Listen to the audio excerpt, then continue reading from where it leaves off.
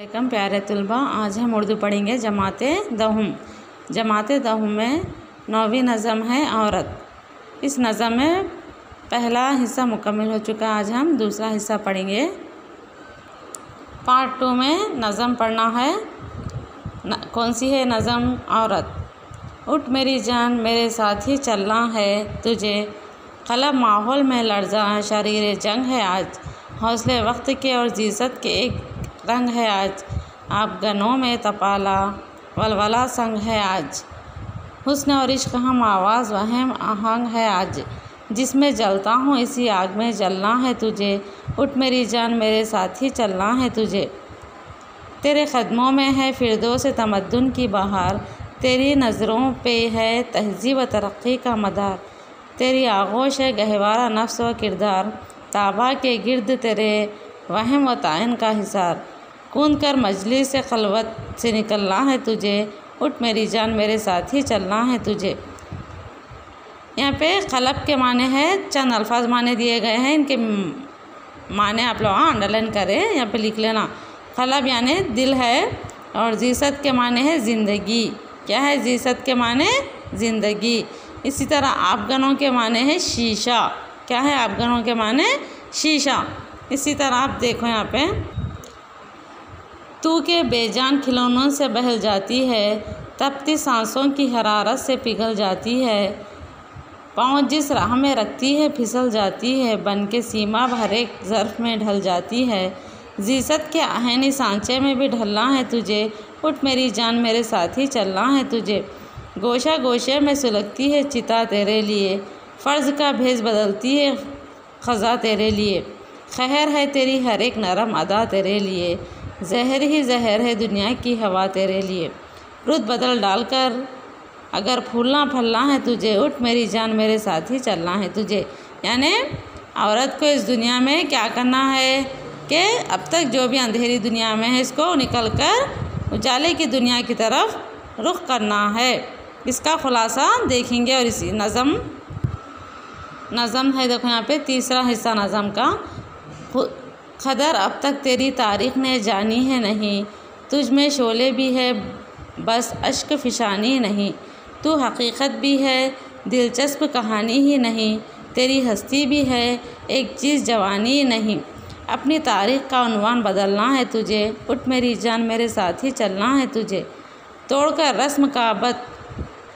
रस्म का बुत बंदे ख़दामत से निकल, ज़ईफ़ इशरत से निकल, वहम नज़ाकत से निकल, नफ्स के खींचे हुए हल्का अज़मत से निकल, क़ैद बन जाए मोहब्बत तो मोहब्बत से निकल, राह की खारी क्या गुल भी कुचलना है तुझे, उठ मेरी जान मेरे साथ ही चलना है तुझे। फोर्थ है ये पे नज़म का फोर्थ हिस्सा यानी फोर्थ बीट।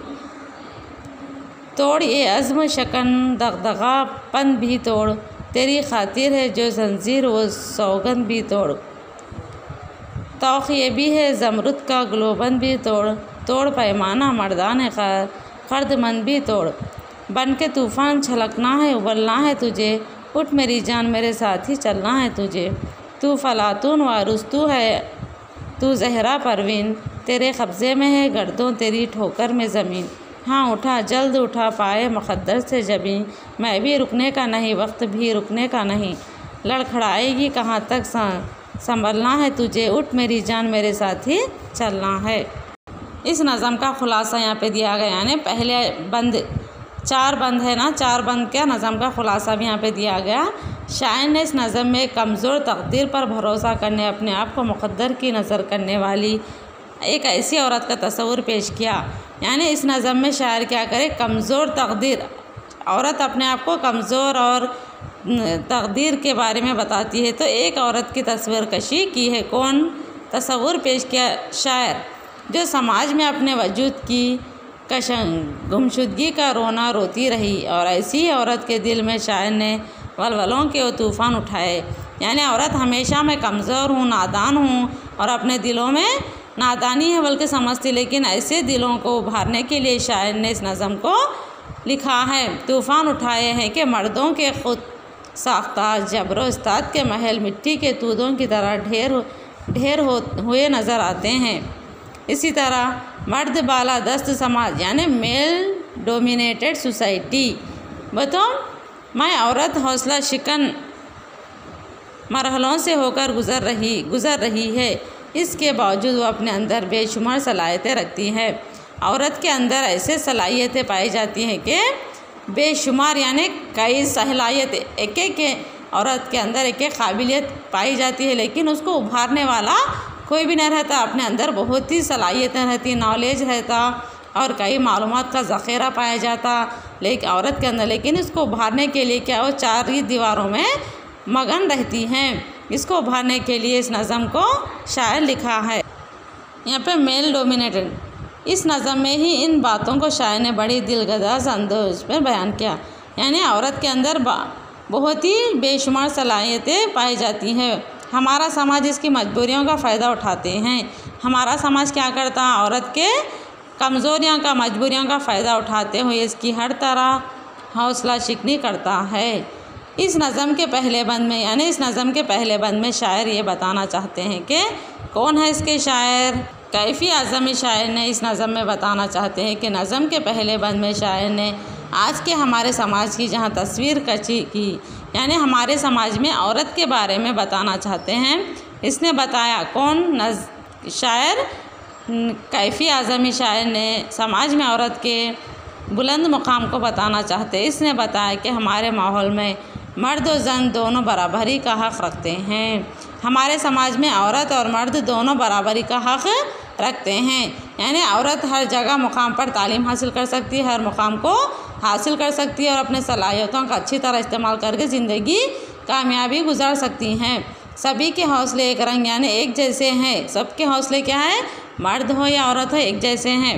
और ऐसे माहौल में औरत को भी शायर के साथ यानी मर्दों के दोष बदोष बराबरी करनी चाहिए।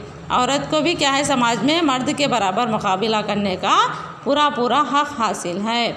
और औरत की अज़मत और इसकी रफ्तों के इजहार के लिए शायर ने इसे फिरदौस तमद्दुन की बहार कहा।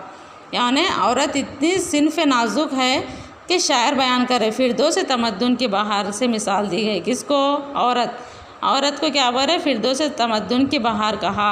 यानी औरत ही हमारे तमद्दुन और तहज़ीब को बरकरार रख सकती है। औरत ही क्या है, अपने तमद्दुन और तहज़ीब को बरकरार रखने के लिए समाज में किसका हक़ है, औरत का। और हमारे समाज को जन्नत निशान बना सकती है। औरत का ये भी फ़र्ज़ है कि हमारे समाज को जन्नत निशान यानी अच्छा मुकाम बना सकती है। ताबा यानी तो तवा जिस पर रोटी पकती है, जिस पर रोटी पकती उसको क्या कहते हैं, ताबा यानी तवा जिस पर रोटी पकती है। ताबा के गिर्द तेरे वहम ताइन का हिसार से शायर की मुराद ये है कि औरत की दुनिया सिर्फ बावर्ची खाने तक ही महदूद नहीं। दुनिया वाले ये समझते हैं कि औरत की सिर्फ़ काबिलियत, जितने भी तालीम हासिल करो, जितनी भी काबिलियतें रहेंगे, कितनी भी सलाहियतें पाई जाएंगे औरत के अंदर, लेकिन उसको तमाम लोग ये दायरा बनाया गया है कि औरत सिर्फ सब बावर्ची खाने के हद तक ही महदूद है। और ये नहीं समझना चाहिए कि समाज वाले दुनिया में औरत का मकाम बहुत ही बुलंद व मर्तबा पाया जाता है, ऊंचे से ऊंचे मुकाम को पहुंच सकती है अपनी काबिलियतों को इस्तेमाल करते हुए, सही इस्तेमाल। और शायर ने औरत की बेबसी और मजबूरी को अपने फ़राइज़ का हिस्सा बताया है, जिसकी वजह से दुनिया औरत के लिए जहर जैसी बन गई है। शायर ये बताना चाहते हैं कि औरत सिर्फ बावर्ची खाने तक ही नहीं बल्कि दुनिया में हर शोबे में हिस्सा ले सकती है और हर काम को मुकम्मल करती है, लेकिन दुनिया वालों के लिए जहर बन गया है। लेकिन शायर ने कहा कि वो वक्त को बदल डाले, यानी औरत क्या करना चाहिए, वक्त को बदल डाले यानी हालात को पलट दे और आगे बढ़े, अपने हालात को पलट दे और आगे बढ़ते जाना चाहिए। कौन, औरत। शायर ने औरत को नसीहत के अंदाज में मुखातिब होकर कह रहा है कि हमारे समाज में औरत के लिए ला यानी रस्म रिवाज जो क़दामत पसंदी का लिबादा ओढ़े हुए हैं, वो औरत के अंदर है सस महरूमों को उजागर करते हुए। इसलिए औरत को चाहिए कि ज़माने के अच्छे बुरे को समझे और अपनी हैसियत को मनवाए।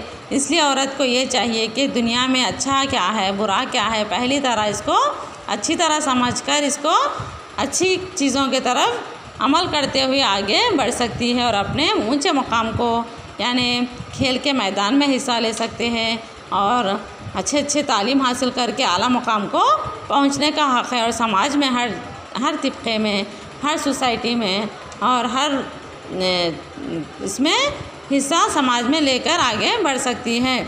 इसी तरह शायर ने औरत को आज की इस दुनिया में जीने के लिए इसके अंदर बगावत के जज्बात को जगाया है।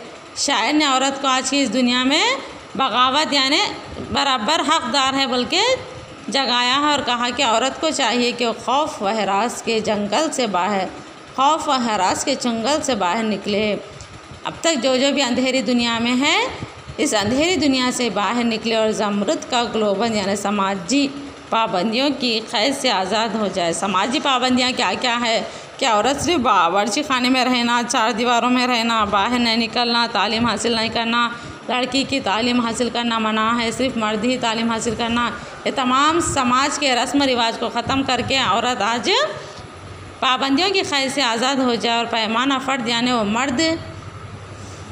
मर्द चाहे कि खौफ व हरास जो औरत को घर के अंदर देखना चाहते हैं, कौन मर्द तो घर के बाहर की दुनिया को देखे और इस तरह अपनी ज़िंदगी को गहरबार करे। शायर ने औरत की हिम्मत अफजाई के लिए अफलातून और अरस्तु जैसे नामुर ज़माना साज हस्तियों से ऊंचा बताया है। शायर क्या करे? शायर ने औरत की हिम्मत अफजाई के लिए क्या करे? मिसाल दिए, जैसे अफलातून साइंटिस्ट को और अरस्तु जैसे नामुर साज हस्तियों से मिसाल देते हुए बताया, कहा कि वो पाए मुक़द्दर से अपनी जबे को उठाए यानी अपनी बेबसी पर ना रोए, इसलिए वक्त के किसी के लिए नहीं रुकता, यानी वक्त तो किसी के लिए नहीं रुकता, सिर्फ अपन वक्त के साथ चलने वाले ही अपनी मंजिल मकसद को पा लेते हैं। वक्त तो इंसानों के लिए नहीं रुकता बल्कि वक्त के साथ अपन चले तो क्या होता, अपनी ज़िंदगी ऊंचे मुकाम यानी अपने मंजिल को हासिल कर सकते हैं। नज़म औरत तरक्की पसंद जमालियात फ़िक्र फ़न से मरसा व मज़ीन जिन से न सिर्फ बल्कि एक नज़म जन मजाज रुझानात वुमेन एम्पावरमेंट से मामलू है। यानी इस नज़म में क्या बयान किया गया? वुमेन एम्पावरमेंट यानी औरत की ताकत और औरत की तरक्की को इस नज़म में बयान किया गया। शायर नज़म में तराकीब तशबीहात, नज़म में क्या क्या रहना? तराकीब, तशबीहात, इस्तिआरात, मुहावरों और अलामात के इस्तेमाल से खूब तर बना दिया। ये ज़िंदगी का अलमिया ही के मर्दों ने औरत को एक खूबसूरत फूल से ज़्यादा नहीं समझा। क्या बोल रहे हैं यहाँ पे? औरत को मर्दों ने औरत को एक खूबसूरत फूल से ज़्यादा नहीं समझा, जबकि शायर ने बताया कि औरत सिर्फ रोने धोने का नाम नहीं बल्कि इसके अंदर जज्बात और एहसासात के शोले भी लपके हैं और औरत कोई कहानी नहीं जिसको पढ़कर या सुनकर लुत्फ़ अंदोज हो जाए। औरत एक कहानी नहीं बल्कि औरत के अंदर कई सलाहियतें, काबिलियतें मौजूद रहती है। इसको उजागर करना ही अपना मकसद है इस समाज का। या फिर भी नहीं कि औरत सिर्फ जवानी का एक ख्वाब है, बल्कि औरत को तारीख़ के औराक़ में देखा जाए तो वो हिम्मत, हौसला, सब्र, इस्तक़ामत, एसार क़ुरबानी जैसी बुलंदियों पर नज़र आएगी। औरत को सिर्फ घरेलू हद तक या सिन्फ़ नाजुक के हद तक या फूल की मिसाल देकर समझना नहीं चाहिए, बल्कि क्या समझना, औरत के अंदर हौसला व हिम्मत और सब्र व इस्तक़ामत, एसार क़ुरबानी जैसी बुलंदियों पर नज़र आएगी। ये औरत के लिए ज़रूरी है कि वो अपनी तारीख़ को बदल डाले। औरत की ये ज़रूरी है कि अपनी तारीख़ को बदल डाले, यानी अपनी ज़िंदगी को आगे बढ़ाए, तालीम हासिल करके या दूसरे कामों में हिस्सा लेके बढ़ चढ़कर हिस्सा लेना चाहिए। समाज में तरक्की करना चाहिए, आला से आले मुकाम को पहुंच सकती है। ये नहीं बल्कि सिर्फ घरेलू हद तक ही मौजूद है। ये नज़म तो मुकम्मल हो चुकी है। इसके बाद है तुलबा सवालात के जवाब लिखना है और ऑब्जेक्टिव और ग्रामर देखेंगे। यहाँ पे सेकंड बीट है। हमेशा आप लोग सेकंड बीट से लिखते हैं। इज़हार मुहाफ़िज़ ज़मीर तख्लीक़ी सलाहियत का इजहार। इसमें 2 सवालात है, सिर्फ मुख्तसर नहीं है। सिर्फ क्या है यहाँ पे? तवील ही है, मुख्तसर तो नहीं दिया गया। इसमें तवील 2 आंसर्स लिखना है। उसके बाद क्या रहता है आप लोगों को? लफ्ज़ियात या ज़ुबान शनासी। देखो, दर्ज झेल अल्फाज को जुमले में इस्तेमाल कीजिए। क्या करना है? ज़ीसत के माने ज़िंदगी, आगोश, आपगना, हिसार, सौगंध, ये तमाम अल्फाजों का इस्तेमाल करते हुए जुमले बनाना है, छोटे छोटे सेंटेंस बनाना है। बे बीट में देखो इन अल्फाज की वजाहत कीजिए। फिरदौस तमद्दुन, इनको क्या करना है, इसको भी जुमलों में इस्तेमाल करके लिखना है। इसी तरह जीम, दर्ज झैल अल्फाज के हम माने अल्फाज नज़म के कौन से मिसरे में है ढूंढ कर लिखिए। लड़खड़ाना है, घेरा है, मुकर्रर करना, बिजली चमकना, तो इन अल्फाज है ना, तो इस नज़म में कौन से अशारों में है उसको पहचान के इसका मिसरा लिखना है। इसी तरह दाल, नज़म में कई मुरक्कब अल्फाज इस्तेमाल किए गए हैं, इन्हें ढूंढ कर इनके माने तलाश कीजिए। क्या बोल रहे हैं यहाँ पे, नज़म में कई मुरक्कब अल्फाज इस्तेमाल किए। इस नज़म में कौन सी नज़म, औरत नज़म में कई मुरक्कब अल्फाज दिए गए हैं, इन अल्फाजों को नज़म में से ढूंढकर लिखना है। तुलबा एक बात गौर से सुनो आप लोगों, ये सवाल जवाब, ये नज़म औरत कंप्लीट हुआ है। ये 2 दिन का टाइम दे रही मैं आप लोगों को, जो भी जितने भी तुलबा ये सबक का क्वेश्चन आंसर से लफ्ज़ियात ज़ुबानी शनासी नहीं लिखे, अब लिख के मुझे 2 दिन में बताना है, फ़ोन के ज़रिए लिख के बताओ ये सबक के सवालात के जवाबात और लफ्ज़ियात और ज़ुबानी शनासी क़वाइद पूरा लिख के कंपलसरी बताना है, जो भी तुलबा नहीं लिखे सो वाले। और इसी तरह अब हम कौन सा है क़वाइद देखेंगे। क़वाइद देखो यहाँ पे तुलबा, क़वाइद में क्या करना है, अलिफ, इस शेर पर गौर कीजिए। जब हाथ इसकी नब्ज़ पर रखा तबीब ने, महसूस ये किया कि बदन में लगी आग। इस शेर में आग से मुराद बदन की हरारत है। आग बोले तो बदन की हरारत है, ना कि हकीकी आग। क्या बोल रहे हैं यहाँ पे, आग के माने हैं बदन की हरारत। अगर रियल में आग नहीं होती बल्कि हकीकी आग, और हकीकी माने मुराद भी नहीं लिया जा सकता। तो मजाज मरसिल किसको बोलते हैं, जब किसी लफ्ज़ के हकीकी माने को तुर करके हकीकी माने बताओ। अब यहाँ पे आग बोल रहे, आग बोल तो अंगार बोलते ना तुम लोग, सो आग बोले तो समझ जाना कि आग वो जलने वाली आग, लेकिन यहाँ पे आग के माने आग नहीं बल्कि बदन की हरारत है। तो मजाज मरसिल किसे कहते हैं, जब किसी लफ्ज़ के हकीकी माने रहते आग बोल के है लेकिन उसके माने दूसरे रहते। हकीकी माने आग है लेकिन इसके माने क्या है, बदन की हरारत। तो इसी तरह जब किसी लफ्ज़ के हकीकी माने को तुर्क करके सिर्फ मजाजी माने में इस्तेमाल किया जाए तो उसे मजाज मरसिल कहते हैं। आया ना समझ में। अब यहाँ पे मिसाल के तौर पर आग बोल रहे, आग बोता अपन जलते सुहाग या पकवान की आग वो रहती वो, लेकिन यहाँ पे माने क्या दे रहे, हकीकी आग है लेकिन माने अलग दिया जा रहा है, इसको क्या कहते हैं, मजाज मरसिल कहते हैं। इसी तरह बे देखो, इस शेर पर गौर कीजिए। कहना है कि दियारे गुर्बत में एक गमज़दा रोता रहता है, दिन रात तुम्हारी फिरकत में मुँह अश्कों से धोता रहता है, गुलाए महन को आंसू के तारों में पुरोता रहता है। ऐ अब्रे रवां जा सोए वतन, जा सोए वतन, कौन सा है ये, 9th क्लास का अशार है। इसी तरह इस बंद में अश्कों से मुँह धोना, इस बंद में क्या बोले, अश्कों से मुँह धोना बोले तो आंसुओं के तार को पुराना। ये किनाया है। किनाया किसे कहते हैं, कलाम में हकीकी माने को छोड़कर मुरादी माने, जो हकीकी मानों को छोड़कर, जो रियल के मानों को छोड़कर जो दूसरे मानों में लिया है तो उसे किनाया कहलाता है, और हकीकी माने में भी मुराद लिया जाता है। यहाँ पे मश नंबर क्या है, लास्ट मश नंबर है। इन अशार में अच्छी तरह तुलना पढ़ के मजाज मरसिल कौन सा है और किनाया कौन सा है इसकी निशानदही करना है। और तुम लोगों को ये नज़म औरत नज़म मुकम्मल हो चुकी है। इसके क्वेश्चन आंसर्स लिखना है, लफ्ज़ियात और क़वाइद, ये 3 भी लिख के 2 दिन का टाइम दे रही मैं आप लोग, लिख के मुझे क्वेश्चन आंसर्स बताना है। इस नज़म मुकम्मल हो चुकी है। इंशाअल्लाह अगला सबक कल पढ़ेंगे।